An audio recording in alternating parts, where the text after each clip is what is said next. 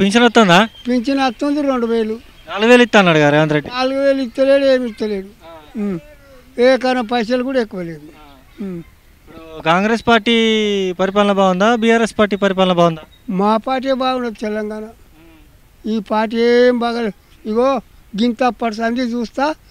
జోడుతో కాంగ్రెస్, జోడెద్దుల కాంగ్రెస్ చూసినావా నువ్వు? అప్పటి సంధి గింత అప్పటి సంధి చూస్తా. కాంగ్రెస్ ప్రభుత్వమే దండుగా.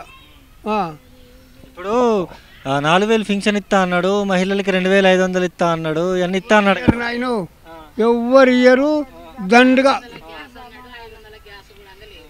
గ్యాస్కు 500 అని చెప్పిండు, 1200 గ్యాసు.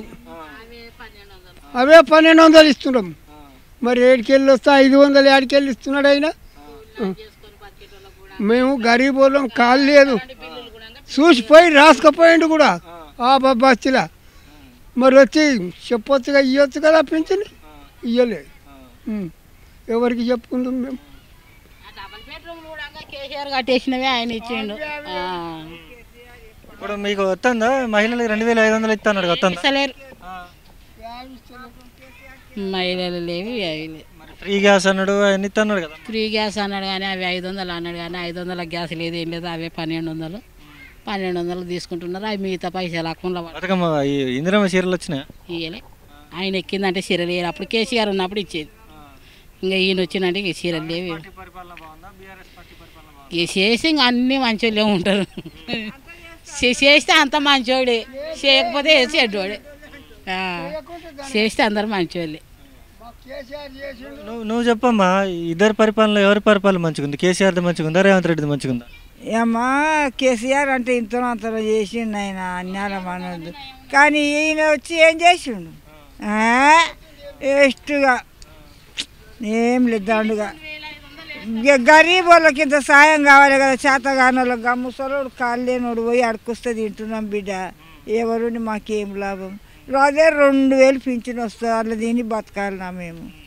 మరి నాకు మీకు వస్తలేదా? వస్తలేదు.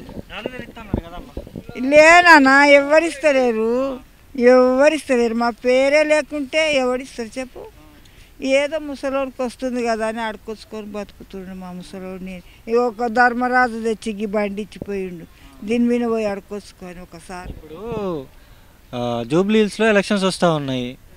ఇప్పుడు మాగంటి సునీత బీఆర్ఎస్ నుంచి పోటీ చేస్తూ ఉంది. ఇప్పుడు నవీన్ యాదవ్ కాంగ్రెస్ నుంచి పోటీ చేస్తూ ఉన్నాడు. ఎవరికి వెళ్తే బాగుంటుంది అనుకుంటున్నావు అమ్మా?